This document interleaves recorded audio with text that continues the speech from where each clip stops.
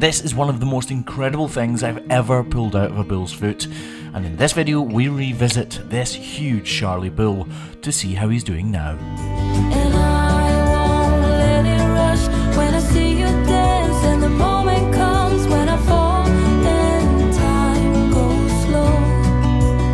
I fall into you.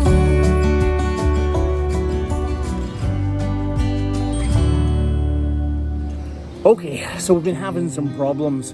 This bull went incredibly lame on his front left foot. We got him in the crush and discovered this pouring out the toe of that outside claw. But that was a good thing. It meant we could fix this bull. And actually we did fix him, and he is going fantastically well. The trouble comes when the farmer phones you the next week and his other bull has also gone lame, but on the other front right foot. This is where it got really tricky though. We couldn't find anything wrong. We used pressure testers on that inside claw to determine that that was where the problem was coming from. So we put a block on the outside claw and instructed the farmer to give him some pain relieving medication and seek advice from the vet. When he left the crush, he was not looking well at all. And I said to the farmer to call us in a week if he hadn't improved. Well, it is a week later and he hasn't improved.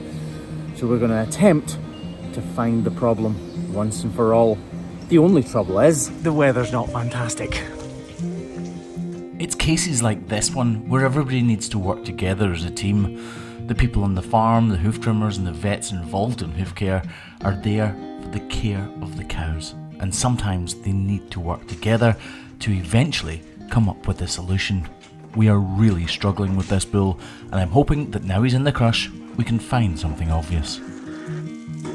Although he's not particularly sore or lame on this back right foot, he did have two small problems the last time I trimmed him, so I take the opportunity to make sure that they are healing up. You take him with antibiotics or no? Ah, you did.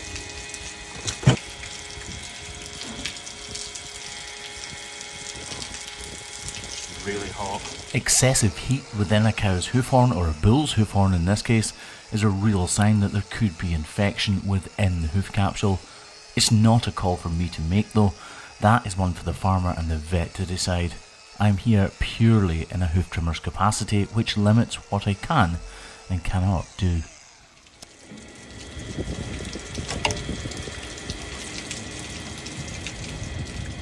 During the first visit trimming this bull's foot, there were small cracks in this area of his white line.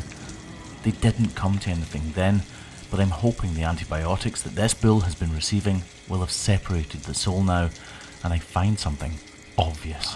Something that I can treat and something that I can actually do something about.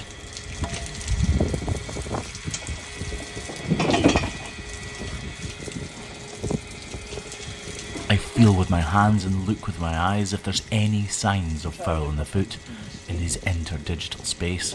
This is a problem that can easily be missed. Unfortunately on this occasion, it's not the case. Really struggling to see the problem.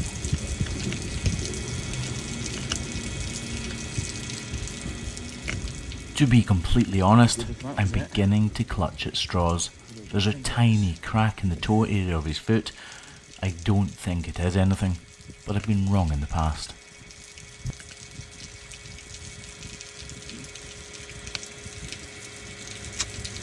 No.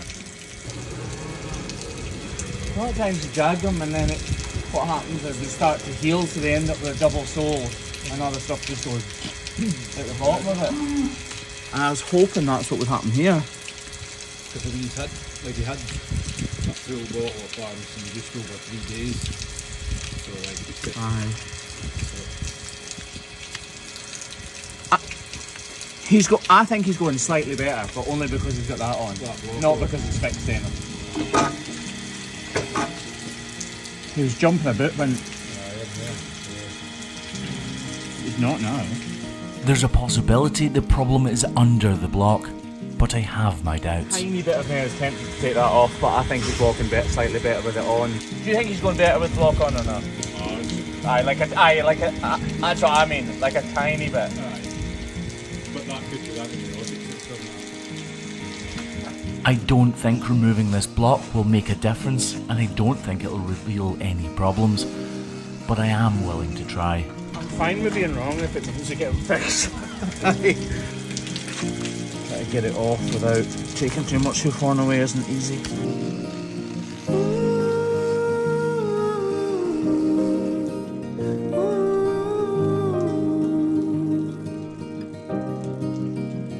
I asked your father for your head, but it didn't matter what he said.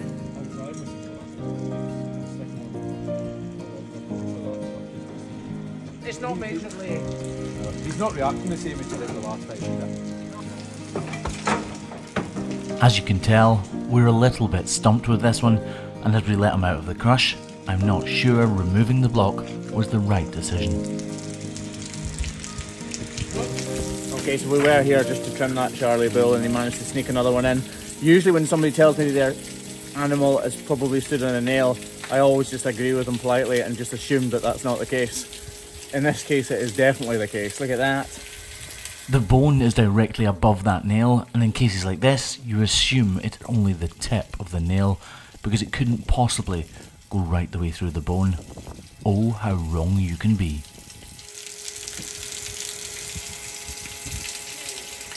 Oh my god.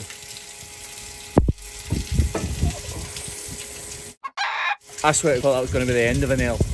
And I thought, I could only see the head of it, and I thought that's just like the tip of a nail or something, and the whole thing from it. The sheer size of that nail completely blew me away. Luckily, we were due to visit this farm anyway to treat that Charlie bull, and the farmer spotted this bull lame that morning, so he wasn't in pain for all that long a time. I genuinely thought there's no way that'll be a nail. Although the farmer was quick off the mark, and as soon as this bull became lame, we treated him, you never truly know how long a nail like that has been in this foot, so you never know what damage you're about to uncover. There is absolutely no doubt whatsoever that nail literally penetrated its way right the way through the bone within this hoof capsule, so the mess underneath could have been very substantial. Cleaned up quite well actually, hasn't it? This is antibiotical spray that we're not allowed to prescribe, but the vet gives the farmer to be on hand for emergency situations like this. Ouch.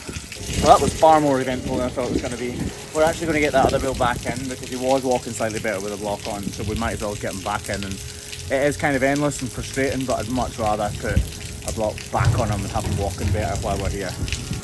And with that, we can let this little guy go and attempt to get the big boy back in.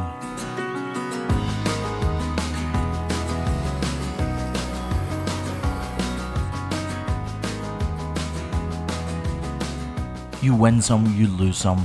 Although we haven't found the root cause of the problems for this big Charlie bull, I'm more than happy that we have done everything in our power to make him more comfortable, and that hopefully we eventually will find what the real problem is. And as for the little Angus bull, just look at how well he's going now that that nail's been removed.